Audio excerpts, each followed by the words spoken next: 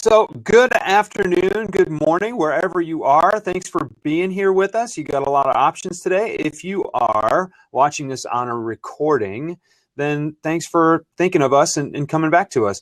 I'm here with the lovely, as always, Kristina Evans. I really like that scarf today, too, by the way. And we're here to talk about vulnerability. Yeah. Does that word mean anything to you, Kristina? No, I mean, I'm not vulnerable in anything, right?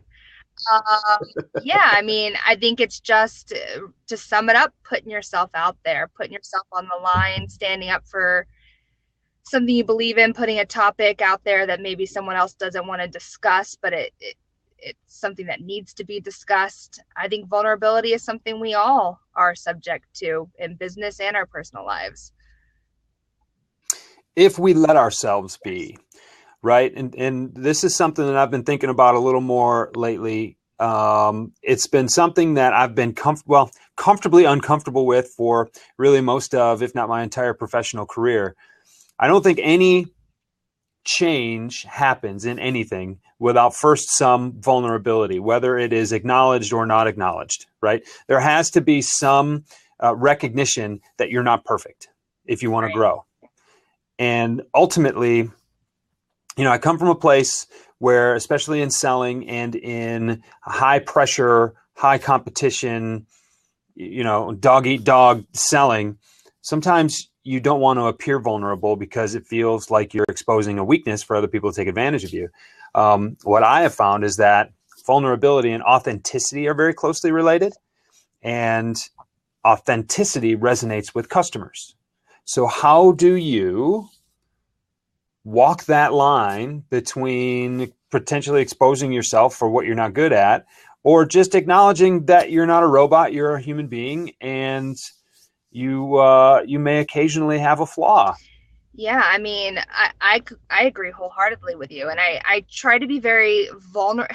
And you're right. There's a fine line between being vulnerable and being authentic, in the sense that people want authentic, or at least I like to think that people want people who make mistakes just like they do, who, are very susceptible to life. And, you want to come across as a real person, right? Whether you're selling, Yep. Whether you're interacting with a friend, whatever the case may be. So even when I'm recruiting, I try to take a very authentic approach and talk to them like I would if I was in the seat, how I would want to be, talked to. And I'm very real and transparent with them, whether it's pretty or not. I try to be very clear and vulnerable in, what I'm saying to them and giving them feedback. Well, one of the things that I want to avoid at all costs is someone telling me that I misled them along the way.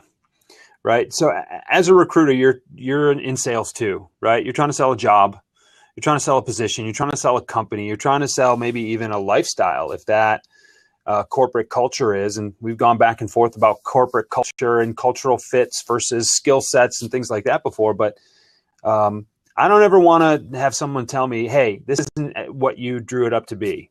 Right. It doesn't necessarily mean that I'm going to highlight everything that's going wrong or everything that could go wrong. But at the same time, it's, hey, look, this is an organization where, hey, we've got some issues like every organization does. They're minor, right? Or we've got some flaws, or we've got some things that we need to work on or that we're addressing. But it's a different thing to completely brush over them all, because, as you and I have learned, trust is a big deal.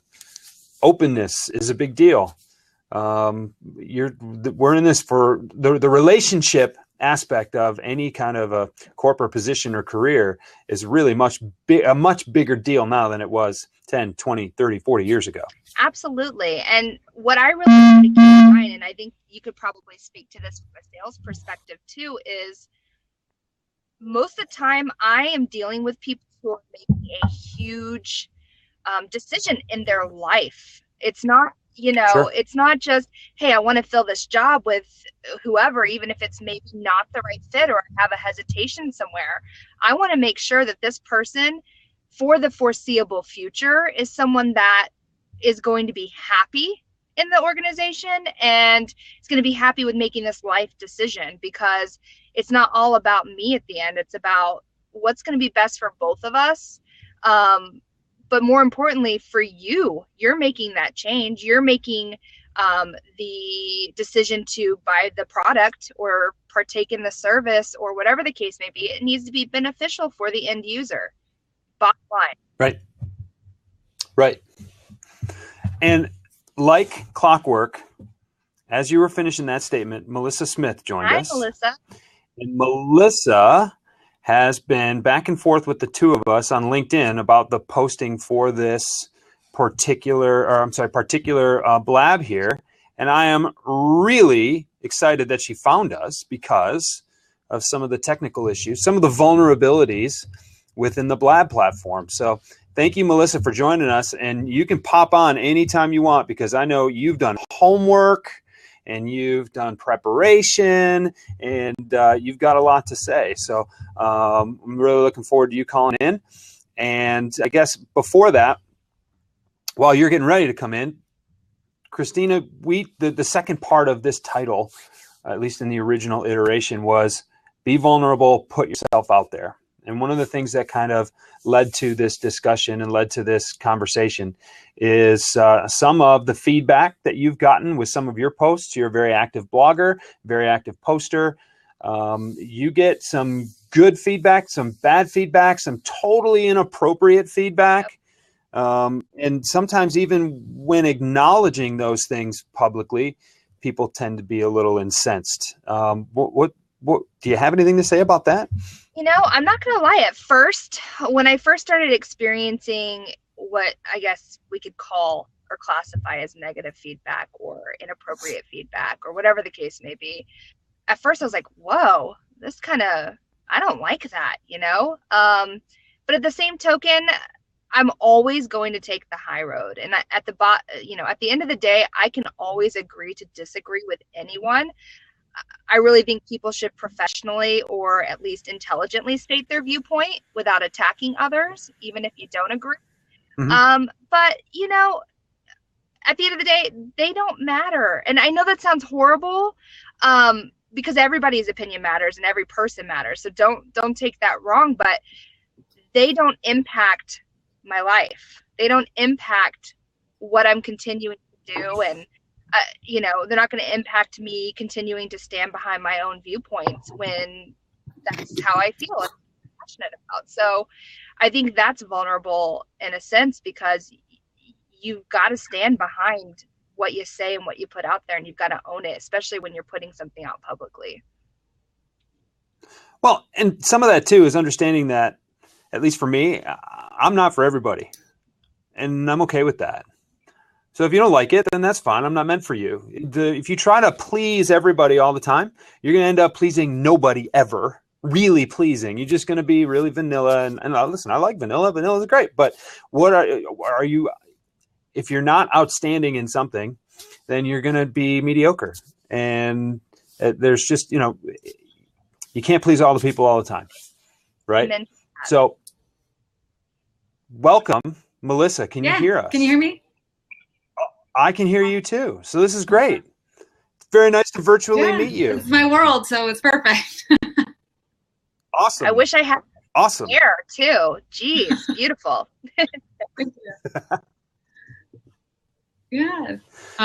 Cool. Well, so I'm excited Melissa, to be here. What attracted you to doing it? Sorry. It was really the title, like being vulnerable, and I was on the fence about putting my idea out there to some pretty influential people in writing. And I recently wrote a book and have been reaching out to influencers for reviews. And at first I was a little hesitant, but, you know, I just had to do it because it's my book. Like, that's my area of expertise. That, you know, if I'm not open to their feedback and their criticism, then I shouldn't be doing this.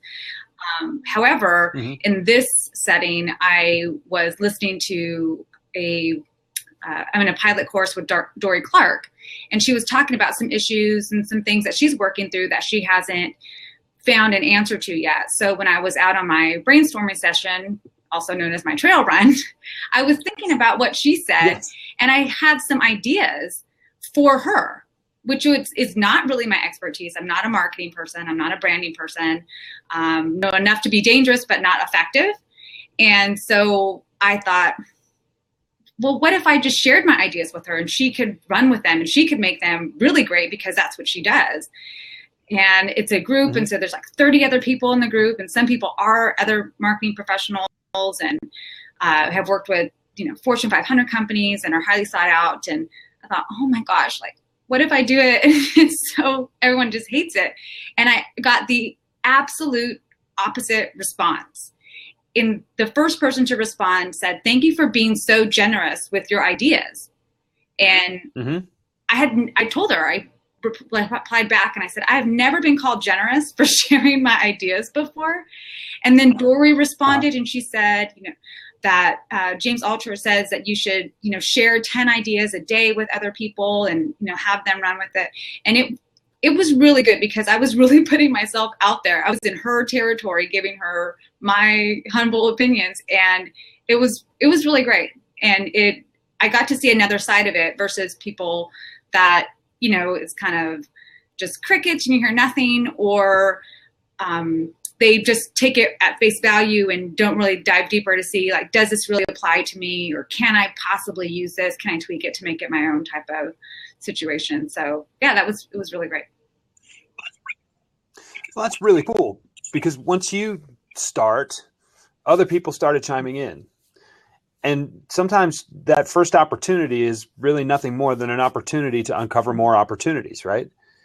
And so you put yourself out there, you put this idea because you thought it was a good idea. But even though that's, like you said, not the world that you particularly live in, you thought it was a pretty good idea. And maybe you're not a marketing professional, but you've been marketed and sold to. So you know a thing or two about marketing and sales because you know what kind of makes you tick, right? So, hey, I'm just me, nothing for nothing, but I think this. And then after that first time, or like after that first time that Kristina pressed send, I know the first time after I pressed publish, right? It's like, okay, hold on, wait, all right, okay. And then it works out. And then this conversation starts, and then people get inspired. And then this thing that is way bigger than the original intention ever starts, and it or comes out of it because someone was really to just stick their neck out, or not even their neck, sometimes just put their toe in the water. And that's the really cool thing when we stop being polite and start getting real, right? Anybody else catch that reference, or am I just way too old? It sounds very familiar. Well, Wu-Tang Bunny's blowing me up for that right now, but there was this show on MTV a long time ago called The Real World, and it was during the time of my formative years when I may or may not have seen a few episodes, but that's just, it's really interesting what happens. Yeah, I agree with you completely, and that's a wonderful story, Melissa, because one of my connections, and he has an awesome book, Calvin Simpson, who is also your connection. He wrote an article pretty recently that said you should share your ideas with others because you never know when a collaboration is going to happen. You never know when someone else is going to say, wow, I had the same idea. Let's run with this. Or, whatever the case may be. I think that's amazing that you were willing to kind of put yourself out there to someone that you saw as, very high level. I don't know what to call it, but just someone that you looked up to and were afraid to put your ideas out there. And that's awesome. Good story. I go back to college or even high school, where you get in a big room full of people and there's a bunch of new people. If you've ever been the new kid at school, then you completely understand this. And it's like, raise your hand if you have a question, because you're not the only person who has that question. Right. And I don't know. I mean, occasionally there are people out there who have just totally wild ideas and they know it. So it's okay. But for the most part, we all have, if we're all on the same wavelength or even similar wavelengths, the idea is to improve this project or this group session or this dynamic, whatsoever. There's an opportunity to, if you're the one that raises your hand, if you're the one that speaks up first, you're most likely not alone. And I think that's kind of the hidden benefit to this is, You show up, you do your work, you recognize that it might not work, but it's going to be okay. And then when you're willing to do that, other people kind of fall in line because you weren't alone. You weren't as alone as you thought. Mm-hmm. Yeah. What I really like is I included my thought process in it, because sometimes someone will say something and it'll take me a little bit longer to process. But if I know their thought process, it helps me determine how they got there. And it, some things can be, really roundabout and it seems off the wall, but when you hear how they got there, then all of a sudden it helps you connect the dots much faster. Well, you just described my approach to selling, and probably better than I ever could. So thank you for that too. But I think more that runs in circles, and it's true. It's real life. It's people want to be understood. They want to be understood. And so if they can provide, or like you did, provide a little bit of background to how you arrived at that conclusion, then people can start to understand where you're coming from. And I don't always choose the right words, right? So I'm trying to explain an idea and then the wrong words come out. But if I talk enough, sometimes people will catch a drift of where I'm coming from and they'll help me with my issue, or they'll provide me with a great idea, or, whatever it is that I'm looking for, because, that's just what comes out of it when you really understand where people are coming from. So absolutely. Cool. So Melissa, tell me about the virtual assistant, the professional virtual assistant. So my background is in executive assisting, and I started virtual assisting about 1.5 years ago and just found a lot of gaps in the market. The first gap being that most people have some familiarity with virtual assistants, but really don't know the difference between a virtual assistant and an executive assistant. They don't know how to use one, how to find one, what to do once they have, how to delegate. There's all these questions, and there's a lot of misconceptions about what a virtual assistant can do. Most people just label it, bookkeeping or travel or expenses, very, very run-of-the-mill things, but there's a virtual assistant for just about anything you can think of. And then the other side of the coin was there's so many virtual assistants, and they're like, where do I find my clients? Because as an executive assistant, you're a catch-all in the office, and you may support several people with one mission. As a virtual assistant, it's the exact opposite. You have a niche field, you do 1 or 2 things, and you do those 2 things only. And so you could serve anyone who needs those things. So you're serving multiple people with multiple different missions.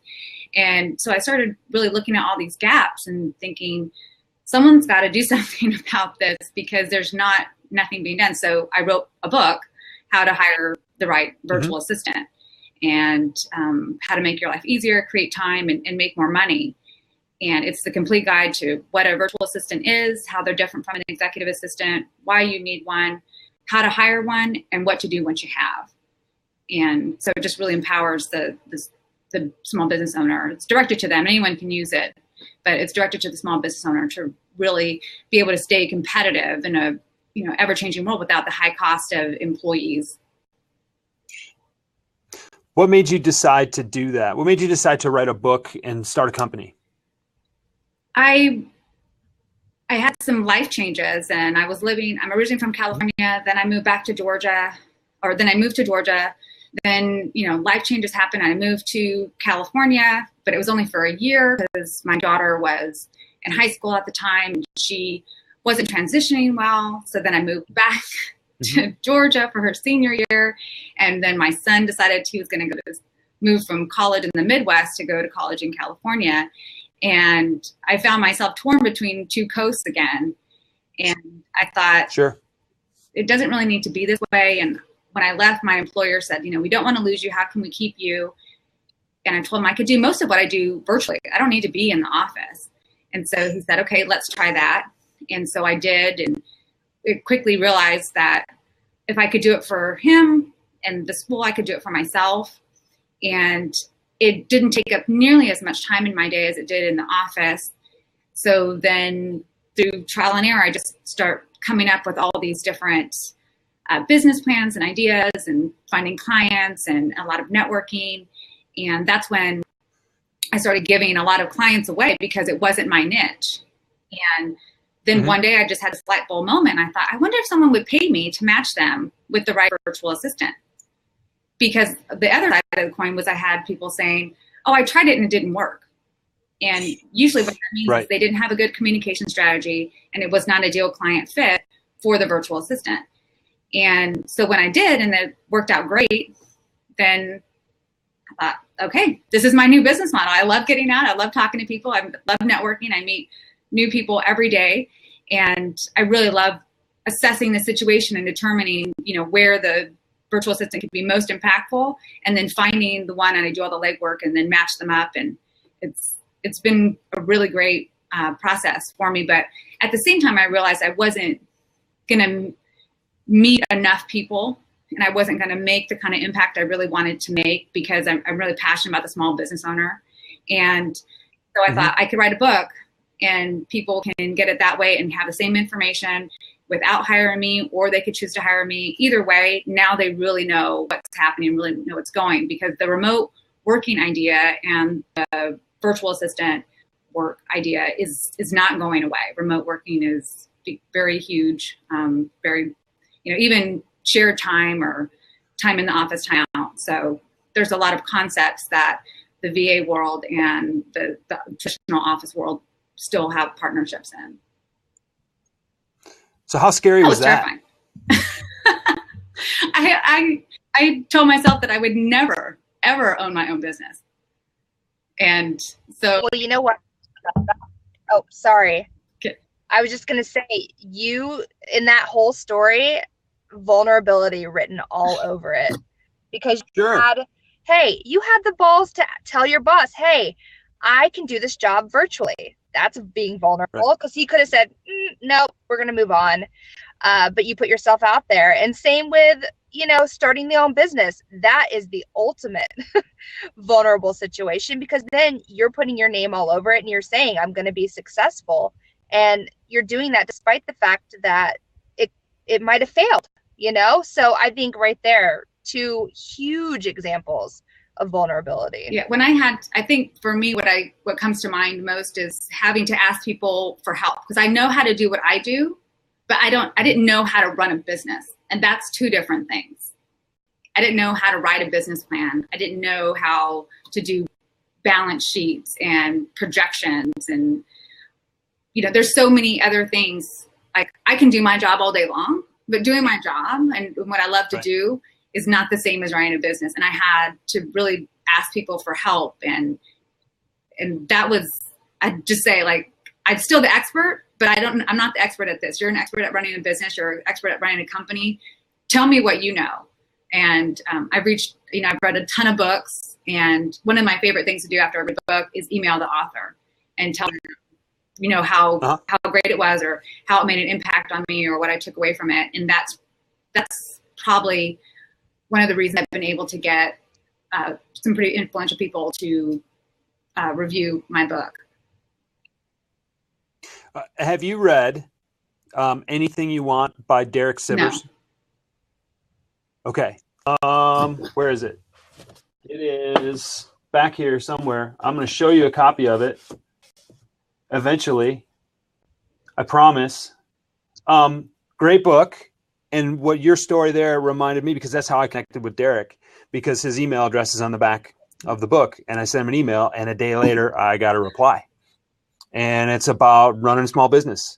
And everybody told him, well, wait, and you need to do this in order to scale, in order to get big, in order to do all. He's like, but I don't want to do that. And Wu-Tang Bunny, Kira's all over it. It was just such a good book, because there's this kind of conventional wisdom, right? That you do it this way. And that I'm just going to assume that if you're going to start a business, you're going to want to be the biggest business in the world. And he ended up being the biggest business in the world of what he particularly specialized in without wanting to be. And finally, he sold it when he was just tired of running the business anymore. And now he does a bunch of other things. But he was willing to say no to everybody who told him that they had to do it this way. And he did it his own way, did it with a lot of creative flair. And he's very, very fulfilled by it. And it's a really good story. It's a really good book, and really short chapters, which helps me because my attention span is less than this big. And it's instructive in doing things the way that you think they need to be done, not in the way that people think they should do it or think you should do it. And he returned my email. So that's what reminded me about it. Awesome. I know for me, one of the things, people always talk about scaling. It's the first thing they ask, how are you going to scale?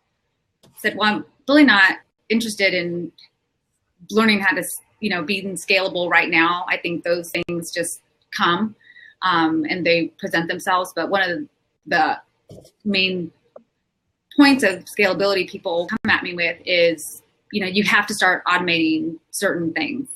So I can automate what I can, but if I automated, the things that they want me to automate, it would take away what I do, and it would take away the business. And I said, I'm not at a point to do that yet, because that's what makes it different.